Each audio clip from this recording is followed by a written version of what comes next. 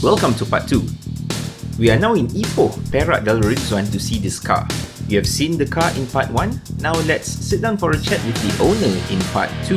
He will tell us of his story in buying this car. Baiklah, kita kini bersama Devan yang merupakan tuan punya Proton Satria New R3 Lotus Racing ini. Devan, Hey bro. terima kasih kerana bersama kami pada hari ini. Yeah. Dan saya pasti ramai dalam kalangan anda di luar sana sudah mengenali beliau kerana kereta ini. Jadi hari ini kita bersembang sedikit lagi mengenali beliau. Devan, boleh ceritakan bagaimana kisah ataupun sejarah pemilikan Devan bersama kereta ini? Okay, sedikit sebanyak lah saya ceritakan. Okay, kereta ni pada asalnya keluar pada tahun 2010. Okay, so bila kereta ni keluar tahun 2010 ni, prior to that, sebelum tu pun memang Satria Neo memang dah ada dalam pasaran. Cuma kereta ni dia special edition. Jadi bila saya tahu tentang kewujudan kereta ni, masa tu saya tahu melalui Facebook lah. Facebook, kita guna laptop, kita baca berita ni tentang kereta Proton Satria Neo dikeluarkan pada tahun 2010 dengan harga RM115,000. Tinggi kan masa tu? Ya, betul, tinggi. Kereta Proton Satria yang biasa tu pada masa tu, kalau tak silap saya, jualan dia mungkin hampir dalam 60 hingga 50 ribu sahaja. Oh, separuh. Jadi bila kereta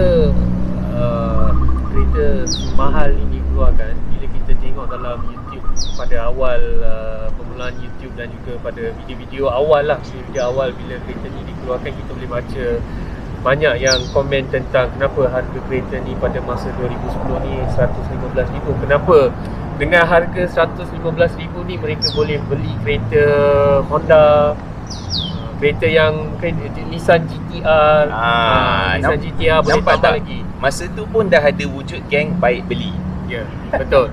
So bila tahun 2010 tu dengan harga RM115,000, masih lagi kita boleh beli Nissan GTT yang harga dalam 90-80 ribu, ada yang jual 100 ribu. So time tu banyak yang tanya kenapa kereta ni dengan harga ni, kenapa jual semahal ni. Tapi saya rasa pada masa tu banyak yang tak tahu tentang kenapa kereta ini dijual dengan semahal, dengan harga price tag RM115,000.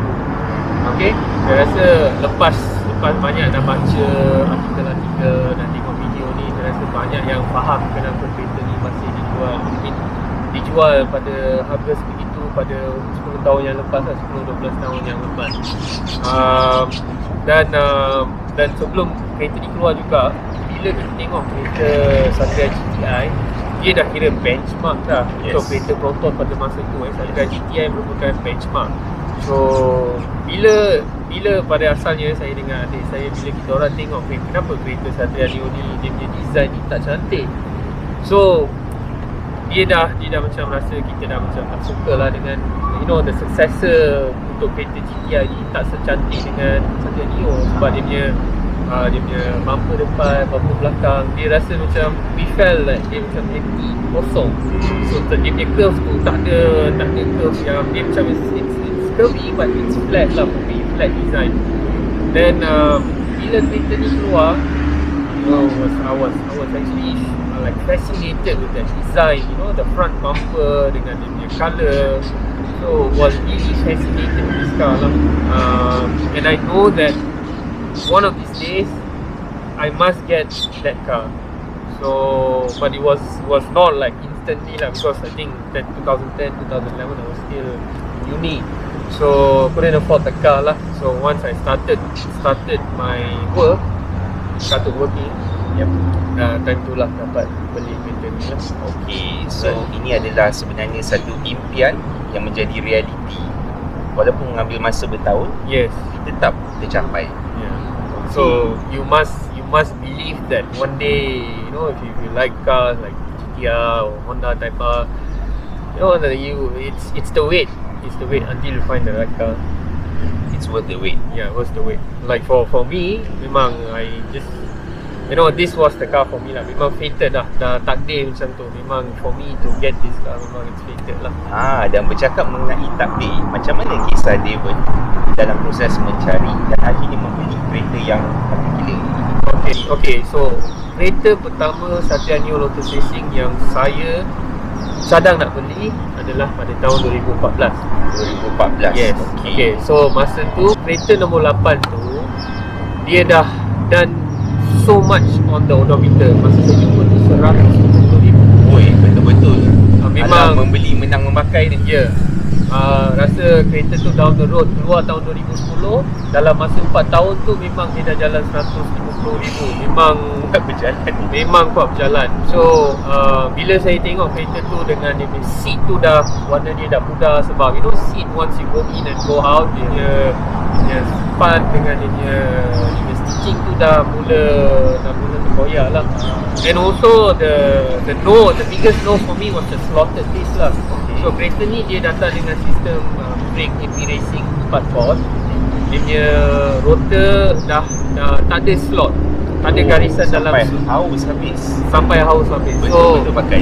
kereta yang kedua yang saya tengok, kereta ni mungkin dalam awal atau pertengahan 2015. So kereta ni saya tengok dalam ad lah, dalam ad dah. So jumpa owner, message dengan dia, but a bit fishy lah. The owner macam the guy who was actually selling the car tu, dia macam was a bit pushy lah. So that is already a first red flag lah. Kita dah tahu dah when someone is pushing to sell the car tu, memang mean like you know something wrong with the car lah. Macam nak sangat melepaskan Yeah, kereta. nak sangat kereta tu dijual. So but you know whenever you want to buy a car tu, memang you kena pergi tengok physical car, you have to go and inspect lah. So that was this one time the driver was the owner was kind enough, dia drive all the way to Pahang, which I was based at lah at that time. So dia datang, then I inspected the car, went for a test drive with the car. But the first thing itself memang dah tengok dah ada flaw dalam kereta tu. One, the rear right hand side quarter panel tu dia dah ada respray. Ada big red flag.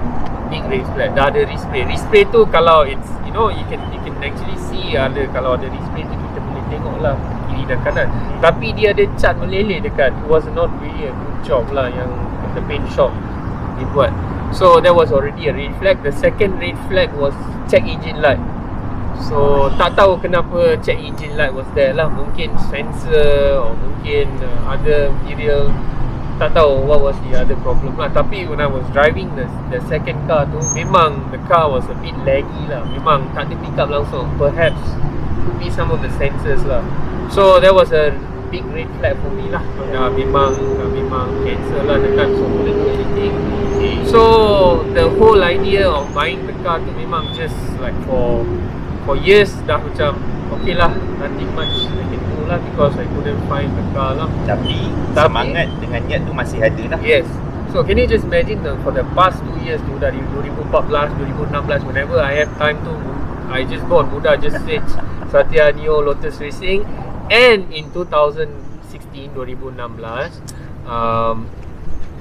ada satu ad dalam Mudah juga that time, but the car was in Penang. So by hook or crook I have to get the car lah, because you know why? Because I was like, okay, dua kereta ni kita dah tengok macam I really wanted the car. I mean I really wanted this car in particular.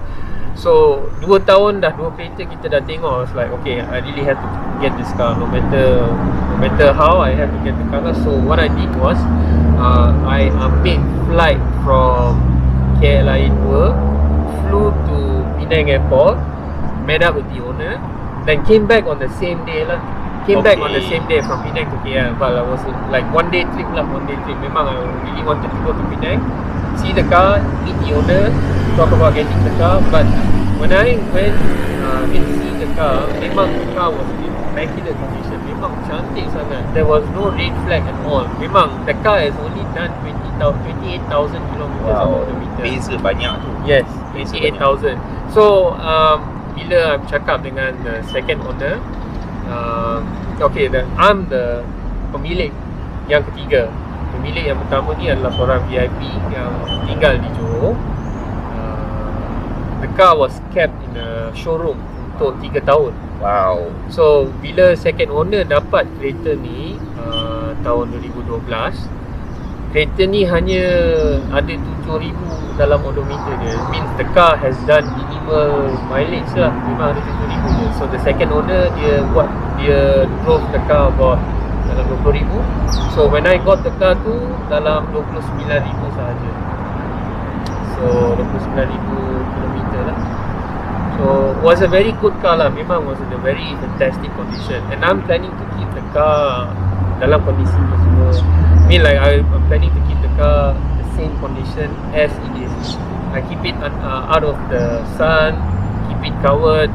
So the car has the 2010 original paint from the factory. Asyik nampak. Yes. Cantik ya. Yes. Walaupun dah berusia 10 tahun. Usia 12 tahun. Fail lah Max. 12 tahun. So whenever saya bawa kereta ni pergi petrol station atau bawa mana-mana, benda yang pertama orang akan tanya tu adalah, bro, baru cat ke kereta ni? Which is not true lah. Kereta ni it has that original paint except for this carbon fiber coat ni lah. The clear coat biasa in every Lotus racing car ni memang ada issue with the clear coat lah. Carbon fiber dia clear coat ni dia over time dia akan fade lah. Dia clear coat tu dia cepat busuk. So only this part and also the front bumper lah. Rest of the car is original paint. Everything is original in this car. So planning to keep the car as it is lah. I rarely drive this car. Tahun tu mungkin dalam depending on years lah. Like if you got some program or planning to see the new Lotus racing guys, some year can go up to 1,000, 2,000. Itu je lah maximum this car. 1,000, 2,000 kilometers. Like I still remember 2022 I've only done 800 kilometers saja for that particular year. But still I get the car service on time lah. Every 6 to 8 months lah. Even though I don't drive up to, I use semi-synthetic lubrication engine oil for this car. Tapi I try to get it serviced within that 6 to 8 months lah. I don't prolong the service interval lah. Okay, jadi nampaknya walaupun kereta ni dah bertukar tangan sebanyak 3 kali, tetapi setiap satu daripada tuan punya kereta menjaganya dengan elok. Showroom yang secondary engineer dari Penang kurang juga memandu, dan yang terakhir yang kini sekarang adalah Devan lah. Jadi seronoklah juga bila dengar Devan berhasrat untuk kekalkan spesifikasi asal, sebab biasalah kereta macam ni kan once keluar kilang adalah modifikasi, kekaran rim lah kurang-kurangnya. Jadi untuk melihat satu kereta yang dari asal kilang seperti yang dirancang oleh Proton dan juga Lotus, amat suka. Okey, dan saya juga melihat Devan memakai sehelai baju khas ya. Oh yes. Boleh ceritakan Okay, right. So tahun 2021 merupakan tahun pertama di mana semua pemilik Neo Lotus Racing kita berkumpul. Asalnya kita plan dalam 15-16 orang, tapi yang datang pada di Genting Island from KL, kita drive pergi ke Genting Islands November tahun 2021. Hanya 6 owner yang datang lah. Jadi baju ni kita custom made khas untuk pemilik Neo Lotus Racing. Okay, company yang buat baju ni sebenarnya adalah company yang sama yang buat baju untuk Neo Lotus Racing pada tahun 2010. So ini bukan, boleh dikatakan sebagai bukan replika lah. Ini adalah baju remake lah, second edition or third edition macam tu lah. Ya, so dia punya logo dengan paparan Satria Neo Lotus Racing dengan juga R3 dekat belakang collar ni semua adalah asal. Dia sama dengan baju yang asal lah. Kalau kita tengok baju pada tahun 2010 tu, baju tahun 2010 yang pun Dr. Mahathir pakai dan juga beberapa VIP yang pakai pada tahun 2010 tu, baju dia warna dia sama, warna asal dengan dia matching dengan warna kereta. Dan dari segi berjumpa semula dengan tuan-tuan kereta yang sedikit, ada 6 orang kan. Jadi dalam 20 lebih buah kereta yang terjual, Devan berjaya menjejak hampir ke semua Ya, betul. company kereta Ya, ni. betul. Asalnya 22 kalau ikutkan spreadsheet R3 yang bagi dengan saya tu, dia kalau ikutkan 22 buah kereta lah. So managed to track down 20 buah kereta. So the car number 1 and also car number 20 sampai sekarang kita belum jumpa lagi siapakah owner dia. So if you are out there, Yeah, get in touch. please get in touch. Banyak yang tak tahu, kereta ni adalah warna Lotus Racing Green. Dia bukan British Racing Green. Okay. Lotus Racing Green, British Racing Green dan warna-warna yang anda tengok dalam kereta ni sebenarnya dia dalam Lotus family colour lah. So dia ada set of colour yang di mana kereta-kereta Lotus yang keluar tu dia memang ada specific colour untuk kereta ni, dan ini adalah Lotus Racing Green dan bukannya British Racing Green. Jadi tidaklah seperti yang diketahui ramai. Biasanya orang rasa British Racing Green kan. Ya, betul. British Racing Green lebih gelap sikit kan daripada Ya, betul. Dia lebih kepada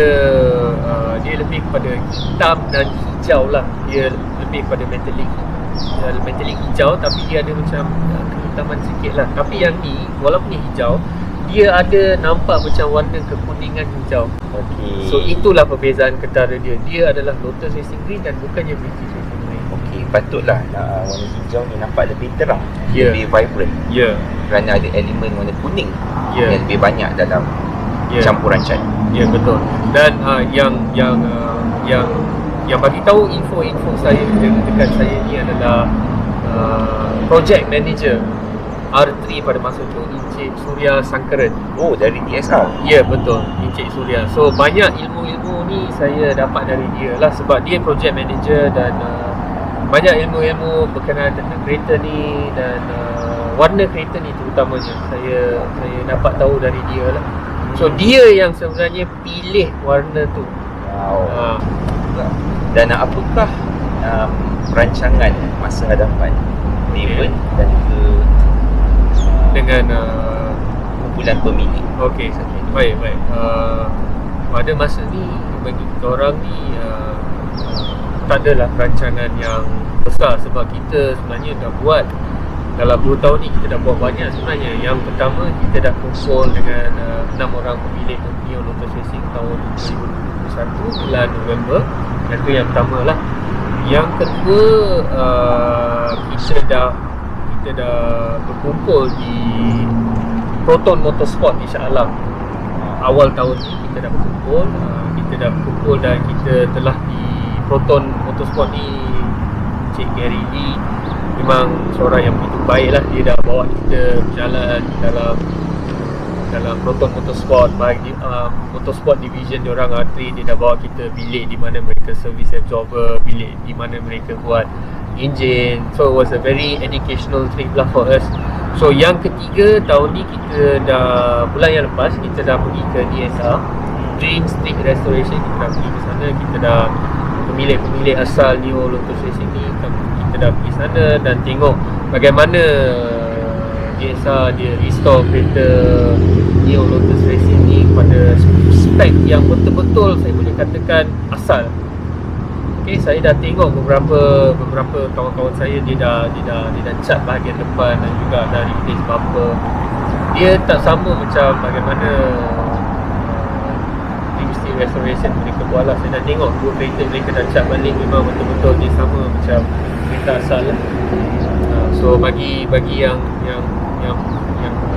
ke depan ni, kalau anda rasa nak tukar body kit Neo Lotus, Neo Satria Neo, GTI, bolehlah approach mereka lah, sebab mereka ni memang they know what they are doing lah. Mereka tahu apa yang mereka nak buat lah.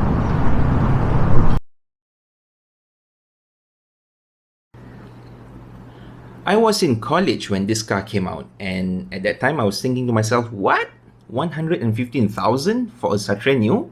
A Satria Neo is only what, 40 to 50k max at that time, and here you are charging double the price for what, just a different color? But of course, I was a bit young and dumb at that time, and as I eventually researched more about the car, I came to realize that yes, the price is justified.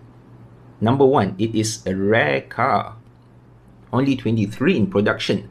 Common knowledge is that there were 25 units produced, but as you have heard from Devan, some of those were prototypes, and the actual road-going ones were 22, 23 only.